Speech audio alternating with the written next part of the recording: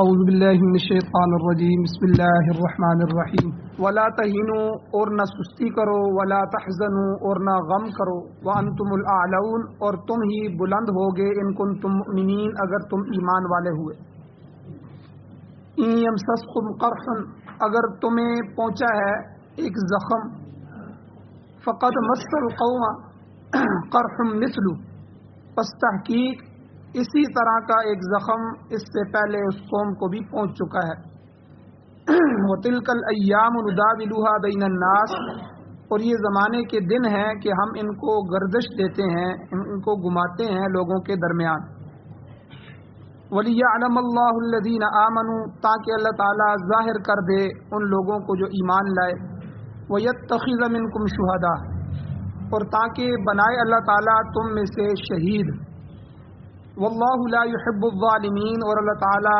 ظالموں کو پسند نہیں فرماتے وَلِيُمَحِّصَ اللَّهُ الَّذِينَ آمَنُوا اور تاکہ اللہ تعالیٰ پاک کر دے ایمان والوں کو وَيَمْحَقَ الْكَافِرِينَ اور کافروں کو مٹا دے ام حسبتم کیا تم گمان کرتے ہو ان تدخلوا الجنہ کہ تم ویسے ہی جنت میں داخل ہو جاؤ گے وَلَمَّا يَعْلَمِ اللَّهُ الَّذِينَ جَاهَدُوا مِنْكُمْ حالانکہ ابھی تک اللہ تعالیٰ نے ظاہر نہیں کیا ان لوگوں کو جنہوں نے تم میں سے جہاد کیا وَيَعْلَمَ الصَّابِرِينَ اور ابھی تک اللہ تعالیٰ نے ان لوگوں کو بھی ظاہر نہیں کیا جو صبر کرنے والے ہیں وَلَقَدْ كُنْتُمْ تَمَنَّوْنَ الْمَوْتَ مِنْ قَبْلِ اور البتہ تحقیق تم اس سے پہلے موت کی تمنا کرتے تھے شہادت کی تمنا کرتے تھے ان تلقوہ یہ کہ تم اس کو پالو اس سے مل لو فقد رأیتموہ پس تحقیق تم نے دیکھ لیا اس موت کو شہادت کو وانتم تنظرون اس حال میں کہ تم آنکھوں کے سامنے اس کو تک رہے تھے دیکھ رہے تھے سورہ آل عمران کی آیت نمبر 139 تا 143 یہ 5 آیتیں درس میں تلاوت ہوئی ہیں آپ نے ان کا ترجمہ سنا 3 درس ان آیتوں کی تفصیل میں پیچھے گزر چکے ہیں آج کا درس چوتھا درس ہے بہت سے مسائل بہت سی چیزیں اللہ تعالیٰ نے ان آیات میں بیان فرمائی ہیں سب سے پہلے جب انسان پر تکلیف آ جائے اللہ کے راستے میں کسی قسم کی بھی کوئی تکلیف آ جائے تو تکلیف کی وجہ سے 2 چیزیں ہوتی ہیں ایک تو انسان کو غم لاحق ہوتا ہے غمگین ہو جاتا ہے دوسرا اس کے حوصلے پست ہو جاتے ہیں اس کے ارادے ٹوٹ جاتے ہیں ایک آدمی نے کاروبار شروع کیا ناکام ہو گیا اب وہ یا تو بیٹھ جائے گا ارادہ توڑ دے گا اور ہمت والا آدمی ہے وہ دوبارہ ہمت کرے گا پھر ہمت کرے گا اور ایک وقت آئے گا کہ وہ کامیاب ہوگا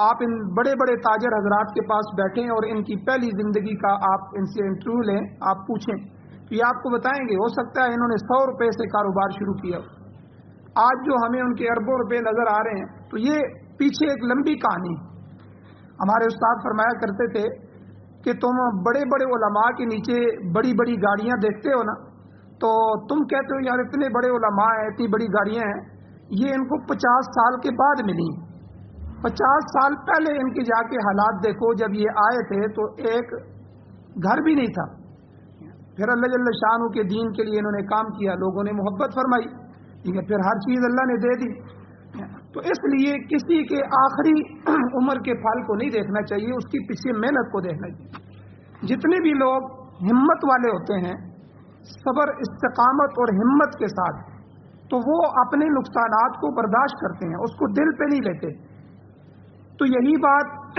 ان آیات میں اللہ نے سمجھائی کیونکہ غزوہ احد میں شکست ہوئی تھی مسلمانوں کو اور بڑا نقصان ہو گیا تھا 70 صحابہ شہید ہوئے اور سید الشہداء امیر حمزہ رضی اللہ تعالیٰ عنہ شہید ہوئے کئی صحابہ اکرام کا مصطلح کیا گیا ان کے ہاتھ کان ناک کاٹ دیے گئے حضرت امیر حمزہ رضی اللہ عنہ ان کے دل کو چیرا گیا کلیجہ نکالا گیا چبایا گیا اور پھر حضور علیہ السلام بھی زخمی ہوئے تو اس موقع پہ اللہ نے فرمایا وَلَا تَهِنُوا وَلَا تَحْزَنُوا نہ سستی دکھانا ارادوں کو ٹوٹنے نہ دینا تم نے ابھی بہت سے جہاد آگے کرنے ہیں آگے اسلام کو غالب کرنا ہے یہ تو ابتدائے عشق ہے آگے دیکھو ابھی ہوتا ہے کیا کیا تو یعنی یہ تو ابتدا ہے تو اللہ تعالیٰ نے یہاں فرمایا کہ آپ نے پیچھے نہیں ہٹنا، ولا تحزنوا غمگین نہیں ہونا۔ ہاں ضابطہ میرا یہ ہے وانتم الاعلون ان کنتم مؤمنین، اگر تم ایمان والے ہوئے، تمہارے اندر ایمان ہوا، ایمان کو مضبوط کیا تو تم ہی بلند ہوگے، میں تمہیں بلند کروں گا۔ اس کے بعد اللہ تعالیٰ نے فرمایا کہ دیکھو یہ جو حالات ہیں یہ حالات بدلتے رہتے ہیں، یہ جو لوگ خودکشی کرتے ہیں یہ انتہائی پست ارادے والے لوگ ہوتے ہیں، جن کے ارادے پست ہوتے ہیں، ورنہ انسان اتنی قیمتی جان کو اپنے ہاتھ سے ہلاک کر دے، نہ انسان کو اخلاق اس کی اجازت دیتے ہیں، نہ معاشرہ اجازت دیتا ہے، نہ اسلام اس کی اجازت دیتا ہے خودکشی کرنے کی۔ تو یہ یعنی کم ہمتی کی علامت ہوتی ہے۔ تو اس لیے جو ہمت والے لوگ ہوتے ہیں وہ ان حالات کو کبھی نہیں دیکھتے، وہ انتہائی خطرناک ترین حالات کے اندر بھی گھس جاتے ہیں۔ تو اللہ تعالیٰ نے فرمایا وَتِلْكَ الْأَيَّامُ نُدَاوِلُهَا بَيْنَ النَّاسِ، یہ جو زمانے کے دن ہیں ہم ان کو گردش دیتے ہیں، ہر ایک کے دن ایک جیسے نہیں رہتے۔ آج کا غریب کل کا امیر نظر آ رہا ہے، اور آج کا امیر ہم نے کئی دیکھے ہیں کل وہ روڈوں پر پھر رہے ہیں۔ تو یہ ایام ہیں، اللہ تعالیٰ کہتے ہیں ہم ان کو گھماتے رہتے ہیں، ان کو پھیرتے رہتے ہیں، بس تمہاری آزمائش بھی آئے گی اور آزمائشوں میں میں نے حکمتیں رکھی ہیں۔ پھر اللہ نے 3 حکمتیں بیان فرمائی کہ یہ جو تمہاری غزوہ احد میں شکست ہوئی ہے اس کی پیچھے کتنی حکمتیں ہیں۔ ایک حکمت تو اللہ نے فرمایا کہ میں اس چیز کو ظاہر کرنا چاہتا ہوں وَلِيَعْلَمَ اللَّهُ الَّذِينَ آمَنُوا، میں دیکھوں تم میں ایمان والے کون ہیں۔ دعوے تو سارے کرتے ہیں لیکن جب جان دینے کا وقت آتا ہے کون آگے ہو کر حضور کے ساتھ جان دیتا ہے؟ منافقین آ گئی، انہوں نے آگے قرآن میں آئے گا یَعْتَذِرُونَ إِلَيْكُمْ إِذَا رَجَعْتُمْ، 11واں سپارہ اللہ شروع، وہ آ کر عذر کر رہے ہیں، حضور میرا گھر خالی ہے، حضور میرے مہمان آنے ہیں، حضور میں اس جہاد میں نہیں جا سکتا آپ کے ساتھ، وہ میرا فلاں مسئلہ پھنسا ہوا ہے۔ تو یہ سارے آگے وہ عذر کر رہے ہیں۔ تو اللہ کہتے ہیں کہ ایک حکمت تو یہ ہے وَلِيَعْلَمَ اللَّهُ الَّذِينَ آمَنُوا، اب اس جنگ میں غزوہ احد میں 1000 کا لشکر لے کر حضور نکلے، اب 300 اس میں سے نکل گئے۔ پیچھے میں نے بیان کیا تھا در حقیقت 20-25 منافقین تھے، انہوں نے پروپیگنڈا کر دیا کہ بھائی یہ جو بیچ میں چھوکرے قسم کے لوگ ہیں، نوجوان لوگ ہیں، ہماری رائے یہ تھی، انصار کی رائے یہ تھی، حضور کی خود رائے یہ تھی کہ ہم مدینہ میں رہ کے لڑیں گے، ان لوگوں نے کہا تھا حضور کو کہ نہیں ہم باہر جا کے میدان میں لڑیں گے۔ تو اب حضور نے چونکہ ہماری رائے اور ہمارے مشورے پر عمل نہیں کیا، ان نوجوانوں کے مشورے پہ عمل کر لیا، تو اس لیے ہم نہیں جائیں گے۔ اور دیکھو اب باہر نکل کے جاؤ گے تو نقصان بھی ہوگا، تمہارا بڑا نقصان ہوگا۔ تو اس لیے اس پروپیگنڈے کا شکار کر کے انہوں نے 250 سے 300 لوگوں کو بیچ میں سے جدا کر۔ تو اللہ نے فرمایا ایک حکمت تو یہ ہے وَلِيَعْلَمَ اللَّهُ الَّذِينَ آمَنُوا، کہ ہم ان لوگوں کو جانچ لیں، ظاہر کر دے لوگوں کے سامنے کہ یہ ایمان والے ہیں، یہ پختہ لوگ ہیں۔ دوسری حکمت اللہ نے فرمایا وَيَتَّخِذَ مِنْكُمْ شُهَدَاءَ، ہم چاہتے ہیں کہ تم میں لوگ شہید بھی ہوں۔ شہادت بہت بڑا درجہ ہے، یہ تو شہادت کے لیے تو لوگ تڑپتے ہیں، اللہ کے راستے میں اللہ کے دین کے لیے اپنی جان کو پیش کر دینا یہ تھوڑا اعزاز ہے۔ تو اس لیے تم میں سے جو شہید ہو گئے ہیں وہ اللہ کے پاس اعلیٰ درجات میں پہنچ گئے ہیں، تو شہادتیں بھی دینا تھی، اس لیے یہ مقام بھی دینا تھا۔ اور تیسری چیز، تیسری آزمائش، تیسری حکمت جو تھی وہ میں نے کل تفصیلاً بیان فرمائی وَلِيُمَحِّصَ اللَّهُ الَّذِينَ آمَنُوا، تاکہ ہم ایمان والوں کو پاک کر دیں۔ تزکیہ نفس، تصوف، یہ کل کا درس پورا تصوف پہ گزرا ہے کہ ہمارے اندر 3 قسم کے نفس ہیں جن کا قرآن نے تذکرہ کیا ہے، نفس امارہ، نفس لوامہ اور نفس مطمئنہ۔ ٹھیک ہے، یہ 13ویں سپارے میں، 29ویں سپارے میں اور 30ویں سپارے میں ان تینوں کا تذکرہ ہے اور تفصیل کل کے درس میں گزر چکی ہے۔ اور آگے اللہ نے فرمایا کہ دوسری وجہ یہ ہے کہ وَيَمْحَقَ الْكَافِرِينَ، جہاں ایمان والوں کا تزکیہ ہم کریں گے، ان کے نفس کو پاک کریں گے، وہاں ہم تمہارے جہاد کے ذریعے کافروں کو مٹائیں گے۔ اب کفر اور اسلام کی جتنی بھی بڑی جنگیں ہوئیں ان میں کبھی مسلمانوں کو فتح ہوئی، کبھی کفار کا پلہ بھاری رہا، لیکن نتیجہ جو حتمی نتیجہ ہوتا ہے وہ کیا نکلا کہ اللہ تعالیٰ نے کفر کو مٹا دیا، کفر مٹ گیا۔ اب آپ پورے عرب کو دیکھیں، حضور جب تشریف لائے تو اکیلے تھے، پھر بڑھتے گئے. جب مدینہ گئے تو 313 تھے. پھر غزوہ احد میں 1000 تھے. پھر اسی طرح بڑھتے رہے اور فتح مکہ میں جو ہے وہ ہزاروں کی تعداد ہو گئی تھی. اور جب حضور دنیا سے تشریف لے گئے تو 1 لاکھ کم و پیش 40-44 ہزار صحابہ اکرام موجود تھے. تو یعنی یہ تعداد بھی بڑھتی رہی. اور جزیرہ عرب کا کیا حالت تھی؟ پہلے مکہ میں کوئی ٹھہرنے نہیں دیتا تھا. مکہ میں ہجرت پر مجبور کر دیا, اپنے علاقے میں مارے کھا رہے تھے. پھر جب مدینہ مرکز بنایا تو مدینہ اسلامی ریاست بن گئی. پھر اللہ تعالیٰ نے مکہ اور مدینہ کو مرکز اسلام بنا دیے. پھر فتح مکہ کے دن حضور علیہ الصلوۃ والسلام کی حدیث موجود ہے. آقا علیہ السلام نے ارشاد فرمایا کہ ہم نے یہ جو مکہ پر چڑھائی کی ہے, آج کے بعد مکہ پر چڑھائی نہیں کی جائے گی. کوئی بھی لشکر مکہ پر حملہ نہیں کر سکے گا, بلکہ مکے والے دیگر ممالک پر چڑھائی کریں. چنانچہ تاریخ گواہ ہے, تاریخ شاہد ہے کہ ایسا ہی ہوا. تھوڑے ہی عرصے میں اسلام کا جو پرچم تھا وہ آدھی دنیا سے بھی آگے نکل گیا. آپ دیکھیں حضور علیہ السلام دنیا سے تشریف لے گئے, آپ کا انتقال ہو گیا, تو تھوڑے ہی عرصے میں 35-40 سال کے عرصے میں حضرت امیر معاویہ رضی اللہ تعالیٰ عنہ کی جو حکومت تھی وہ 65 لاکھ مربع میل تھی.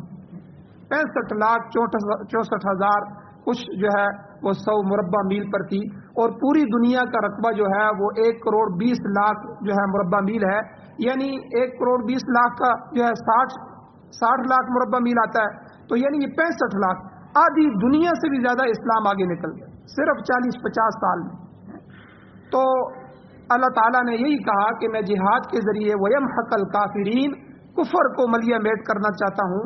تم اپنے ایمان کو مضبوط رکھو, تم جذبہ جہاد سے سرشار ہو جاؤ, تم پس ہمتی نہ دکھاؤ, اپنے ارادوں کو ٹوٹنے نہ دو. انشاءاللہ تمہیں اللہ پوری دنیا میں کامیاب فرمائے. آج کے زمانے میں آپ نے قریب میں یہ دیکھا امارت اسلامیہ افغانستان کو کہ لوگ کہتے تھے دیکھو انہوں نے اپنا ملک تباہ کرا لیا, انہوں نے جو ہے اپنے لوگ مروا دیے, اپنا یہ کر دیا. حضور کو بھی یہی کہا گیا, لیکن انہوں نے ہمت نہیں ہاری, انہوں نے دنیا کا نہیں سنا. بھائی امریکہ اپنے بچوں کو مروانے کے لیے یہاں آیا ہے, وہ اپنے نظام کے لیے قربانی دے رہے اپنے فوجیوں کی, تو مسلمان اپنے دین کے لیے اپنے بچوں کی قربانی کیوں نہ دے؟ اگر یہ قربانی دے رہے ہیں تو انہوں نے بھی تو دی ہے نا. 60 ممالک کو لے کے آئے, یہاں مرنے کے لیے آئے تھے, تو ان کے بھی تو فوجی مرے ہیں. تو قربانی جو ہے بہرحال اسلام کے لیے. تو پھر اللہ تعالیٰ نے کیا عزتیں آج عطا فرمائی ہیں. ملک ان سے بنوایا, سڑکیں ان سے بنوائیں, اور بیرکیں ان سے بنوائیں, چھونیاں ان سے بنوائیں, ہوائی اڈے یہ بنا سکتے تھے طالبان. خربوں ڈالر کے اخراجات اللہ نے ان سے کروائے اور بنا بنایا ملک ان کے حوالے کر دیا. یعنی آج ایک ساتھی بتا رہے تھے کہ جو ان کے خاص دفاتر تھے جن پر بلٹ پروف جو ہے گاڑی سے بھی حملہ کیا جائے, بم کی گاڑی سے, تو وہ دفتر اس سے بھی نہیں پھٹتے تھے. اس کا ایک بلاک جو ہے, صرف ایک بلاک, وہ $1,000 کا تھا. یعنی آپ اندازہ لگائیں $1,000 ضربے 160-70 کر لیں 80, تو یعنی لاکھوں روپے کا, 10 لاکھ جو ہے 15 لاکھ کا ایک بلاک تھا. تو آپ اندازہ ایسے بڑے بڑے اور بنی بنائی گاڑیاں, ٹھیک ہے, بنی بنائی فوجی اسلحہ ساز و سامان, بیرکیں, چھونیاں, ملک, روڈ, ٹھیک ہے, ہوائی اڈے, اور سارا کچھ اللہ نے ان سے اخراجات کروائے. اور پھر ایسی دنیا میں ذلت دکھائی کہ وہ دم دبا کے بھاگے, اور سارا کچھ اللہ نے ان کے حوالے. آج افغانستان کی یہ حالت ہے, دنیا کا ہر ملک مقروض ہے, کسی نہ کسی کا قرضہ اس نے دینا ہے. حالات تو ہر ایک پر آتے ہیں. ان کا ڈالر آج بھی جو ہے وہ 70 روپے 72 روپے ہے. ہمارا ڈالر جو ہے وہ 160 70 80 روپے پہ چلا گیا. یعنی ہم سے تو وہ 1000 گنا آج بھی بہتر ہے. اور ہم جو ہے اتنے مقروض ہیں کہ ہمارے پورے ملک کو بھی بیچا جائے تو ہمارے قرضے نہیں اتر سکتے. ہمارے حکمرانوں نے ہمیں اتنا ذلیل کر دیا ہے, ہر حاکم نے آتے ہوئے قرضے ہی لیے ہیں, کسی نے نہ قرضے اتارے ہیں نہ ملک کا کوئی سوچا. تو ان کے اوپر دنیا میں یہ قائد ملک ہے دنیا کے نقشے میں افغانستان اس وقت, کہ پوری دنیا کا جس نے $1 بھی قرضہ نہیں دینا. اللہ نے اتنی عزت عطا فرمائی, لیکن اس کے پیچھے قربانیاں ہیں. وہ دشت لیلا کے صحرا ہیں جن میں ہزاروں مجاہدین کو جو ہے وہ دفن کیا گیا.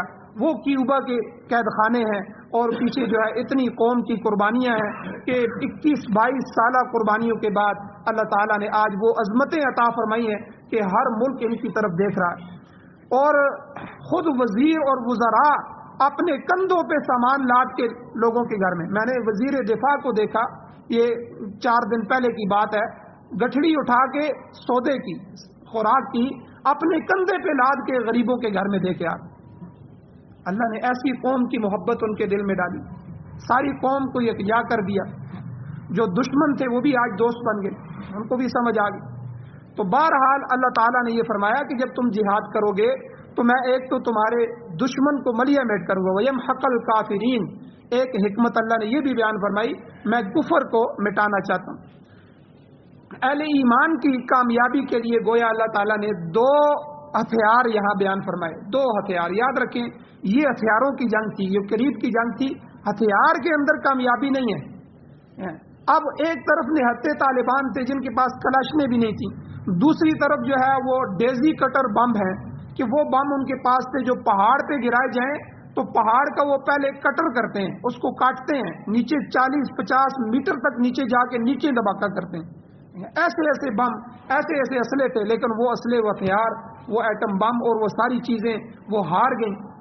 اس سے پتہ چلا کہ اللہ تعالیٰ جو ہے وہ اقبال کا شعر بھی ہے، کافر ہے تو ہتھیار پہ کرتا ہے بھروسہ، اور مومن ہے تو بے تیغ بھی لڑتا ہے سپاہی۔ اس کو تلوار کی، غزوہ بدر میں دیکھیں کچھ تلواریں تھیں، حضور کے پاس صحابہ موجود تھے، گھوڑے بھی چند 2-4 گھوڑے تھے، سامان بھی پورا نہیں تھا، لیکن اللہ تعالیٰ نے دوسری طرف کفر جو ہے ساز و سامان سے لیس تھا، اللہ تعالیٰ نے ایمان والوں کو جو ہے جذبہ جہاد اور ایمان کی برکت سے اللہ تعالیٰ نے فتح عطا فرمائی۔ تو اس لیے یہاں اللہ نے فرمایا میں تمہیں 2 ہتھیار دے رہا ہوں، جب یہ 2 ہتھیار تمہارے پاس ہوں گے تم کبھی دنیا میں ذلیل نہیں ہو سکتے، ایک ہے جہاد، دوسرا ہے صبر، یہ اصل ہتھیار ہیں، جہاد اور صبر۔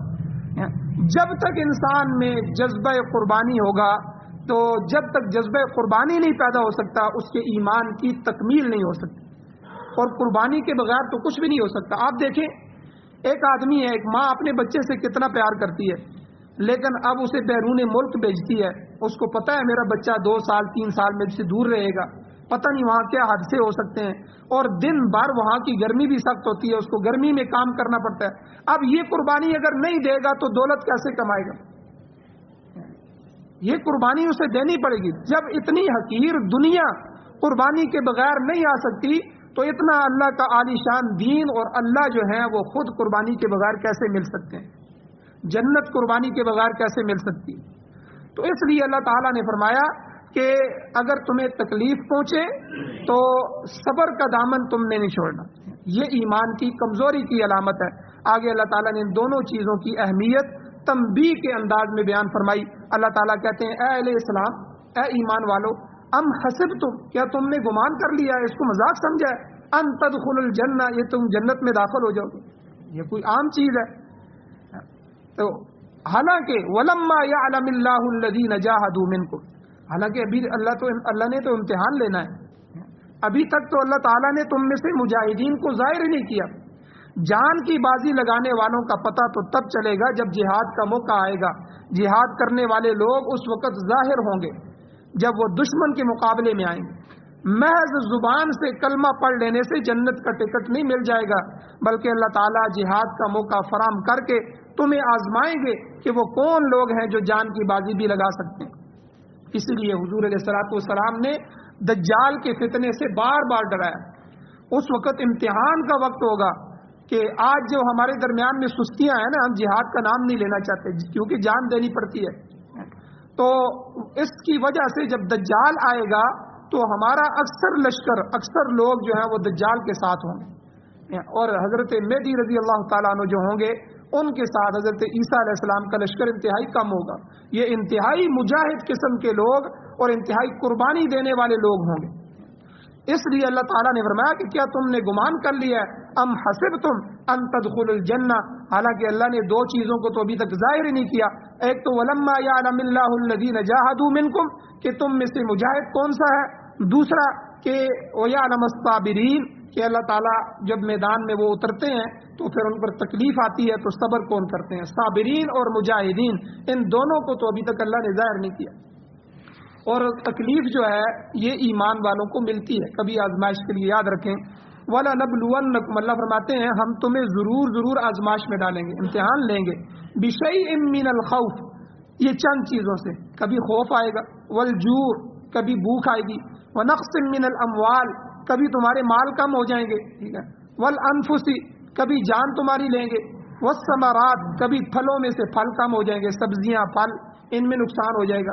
اللہ کہتے ہیں یہ ساری چیزیں ہم دیکھیں گے کہ ان آزمائشوں میں تمہیں ڈال کے کہ ان امتحانوں پر کون پورا اترتا ہے، خوف اور بھوک کو کون برداشت کرتا ہے، اس کے ساتھ ساتھ مال اور جان کی قربانی بھی کون دیتا ہے۔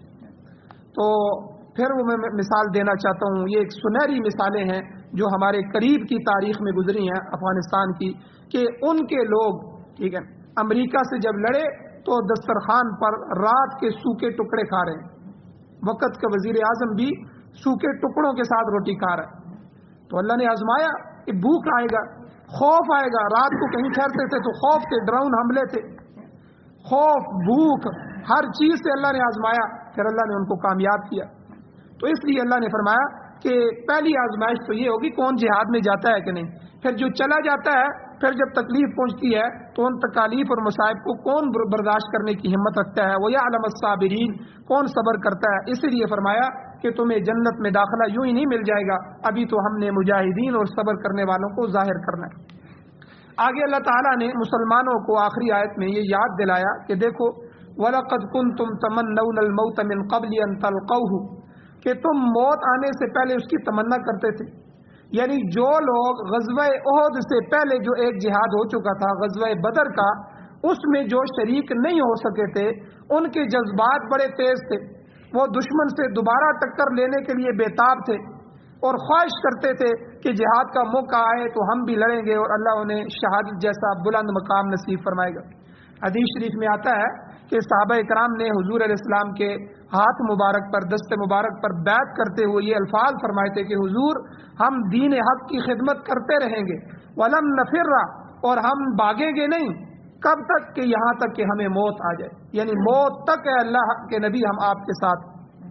تو صحابہ نے اللہ کے رسول کے ساتھ جو وعدہ کیا تھا اسے نبھا کر دکھایا، انہوں نے جہاد کے میدانوں میں وہ مر کے دکھائے جو ہمیشہ یادگار رہیں گے۔ ان کی فتوحات کا راز کس بات میں تھا؟ اس بات میں مضمر تھا کہ انہوں نے موت کو چیلنج دیا، یعنی موت کا چیلنج انہوں نے قبول کیا۔ دو واقعے مختصر میں آپ کو سناتا ہوں۔ معرکہ مصر جب ہوا، مصر کا جو جنگ ہوئی تو اس میں حضرت زبیر رضی اللہ تعالیٰ عنہ شریک تھے۔ وہ جو قلعہ تھا، بڑا قلعہ، اس قلعے میں کئی ہفتے گزر گئے، محاصرہ کیا تھا اسلامی لشکر نے، تو وہ قلعہ فتح نہیں ہو رہا تھا۔ آخر حضرت زبیر رضی اللہ تعالیٰ عنہ نے کہا لوگوں آؤ سب مل کر جان کی قربانی دیتے ہیں، سب سے پہلے میں اپنی جان کو پیش کرتا ہوں، مجھے ٹوکری میں ڈالو، ٹوکری میں ڈال کر رسی کے ذریعے مجھے قلعے کے اوپر لے جاؤ، قلعے کے اندر اتار دو، جب میں اندر پہنچ کر نعرہ تکبیر بلند کروں گا تو تم بھی باہر سے جواب دینا، اللہ کو منظور ہوا تو ہم کامیاب ہو جائیں۔ تو چنانچہ ایسا ہی ہوا، حضرت زبیر رضی اللہ تعالیٰ عنہ کو انہوں نے اندر اتار دیا تو کچھ اور لوگ بھی دیوار پر چڑھ آئے۔ اب آپ قلعے میں داخل ہوئے تو اوپر جو لوگ تھے اس کی حفاظت کے لیے ان کے خلاف تلوار چلانا شروع کر دی، یہاں تک کہ وہ دروازے تک پہنچ گئے، دروازے کو اندر سے کھول دیا۔ جب قلعے کا دروازہ کھل گیا تو سارا لشکر اندر داخل ہو گیا۔ تھوڑی دیر کی لڑائی کے بعد اللہ تعالیٰ نے فتح عطا فرمائی۔ تو یعنی یہ اپنی جان کو سامنے رکھا، حالانکہ ان کی جانیں جا سکتی تھیں، انہوں نے اس کی پرواہ نہیں کی، موت کو چیلنج کیا اور وہاں پہنچ گئے، اللہ نے پورے لشکر کو فتح عطا فرمائی۔ اسی طرح حضرت زبیر رضی اللہ تعالیٰ عنہ یرموک کی لڑائی میں دشمن کی تعداد 2 لاکھ تھی، 2 لاکھ کی فوج، اس میں اکیلے گھس گئے اور صفوں کو چیرتے ہوئے ایک سرے سے دوسرے سرے تک چلے گئے، پھر وہاں سے پیچھے آئے، پھر اسی طرح لڑتے ہوئے کتنی کافروں کو وہاں ڈھیر کر دیا۔ ایسے بہادری کے خوب جور دکھائے کہ جسم جو ہے پورا جسم زخموں سے بھر گیا، بلکہ کندھے پر اتنا بڑا زخم لگا، خود فرماتے ہیں کہ کندھے میں میرا ایک کڑا بن گیا تھا اور بچے اس میں ہاتھ ڈال کے کھیلتے رہتے تھے۔ اتنا بڑا زخم. تو کہنے کا مقصد یہ ہے کہ اللہ تعالیٰ نے اہل ایمان کو یاد دلایا کہ تم جہاد اور شہادت کی تمنا کرتے تھے، تو اب یہ تمہیں موقع فراہم کیا جا رہا ہے. فقد رأیتموہ، تم نے اسے دیکھ لیا، وانتم تنظرون، تم اپنی آنکھوں سے تک رہے ہو، لہذا اب جان کی بازی لگانے کے لیے تیار ہو جاؤ، ہر قسم کی مشکلات کو سینے سے لگا لو، آخر کار کامیابی تمہاری ہوگی. دیکھیں آج مسلمان کی یہ حالت ہو گئی ہے کہ مسلمان قرآن پڑھنے کے لیے تیار نہیں. جہاد کرنا تو یہ آخری درجہ ہے، اپنے جان کو پیش کرنا، یہ بہت قیمتی لوگ ہیں، ٹھیک ہے، وہ اس میں تو پتہ نہیں ہمارا شمار ہو سکتا ہے کہ نہیں. ہم 5 وقت کی نماز کے لیے وقت نہیں نکال سکتے، اللہ کے سامنے سجدہ ریز ہونے کے لیے وقت نہیں. ہمارے ایمان کی یہ حالت ہے. جو ایمان جو ہے وہ ہمیں 5 وقت کے لیے مسجد تک کھینچ کے نہ لا سکے، اس ایمان کی بیماری کی کیا حالت ہوگی. تو بہرحال اللہ تعالیٰ نے کھلے الفاظ میں ان آیات میں صحابہ کو مخاطب کر کے گویا کہ پوری امت کو مخاطب کیا ہے کہ تمہیں اللہ کے راستے میں قربانی دینی ہوگی، اپنی جان کو جہاد میں پیش کرنا ہوگا. اللہ تعالیٰ سے دعا ہے اللہ ہمیں عمل کی توفیق عطا فرمائے. آمین. الحمدللہ رب العالمین والعاقبۃ للمتقین والصلاۃ والسلام علی رسولہ النبی الأمی الکریم. یا اللہ ہماری کمیوں کوتاہیوں کو معاف فرمائیے، درگزر فرمائیے، صغیرہ کبیرہ گناہوں کو معاف فرمائیے. یا اللہ سعادت والی زندگی، شہادت والی موت نصیب فرمائیے، خاتمہ ایمان پر فرمائیے. یا اللہ جو حضرات پریشان حال ہیں ان کی پریشانیوں کو دور فرمائیے. یا اللہ جو بیمار ہیں ان کو شفا عطا فرمائیے. یا اللہ جو ایمان کی حالت سے اس دنیا سے جا چکے ہیں یا اللہ ان سب کی بخشش فرمائیے. یا اللہ قرآن و سنت کو سننے، سمجھنے، پڑھنے، عمل کرنے اور اس کی اشاعت کرنے کی توفیق عطا فرمائیے. یا اللہ ہماری نسلوں میں یا اللہ دین کو جاری فرمائیے، ہماری نسلوں میں دین کو جاری فرمائیے. یا اللہ دین کا داعی بنائیے، یا اللہ دین کا داعی بنائیے، خاتمہ ایمان پر فرمائیے. صلی اللہ تعالی علی خیر خلقہ محمد وآلہ وصحبہ اجمعین برحمتک یا ارحم